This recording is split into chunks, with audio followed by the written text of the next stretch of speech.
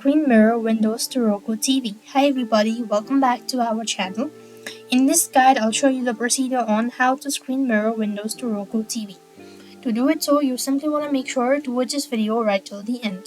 First of all, you'll have to make sure that both of the devices are connected to a same internet connection. And after which, what you want to do is open up your PC first of all.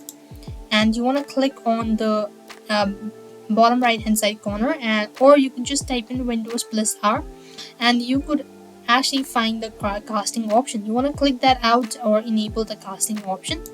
As you've done it so, you want to click on connect. Once you have done it so, you want to locate the smart TV and make sure that the TV is already turned on. As you've selected it so, you want to click on connect.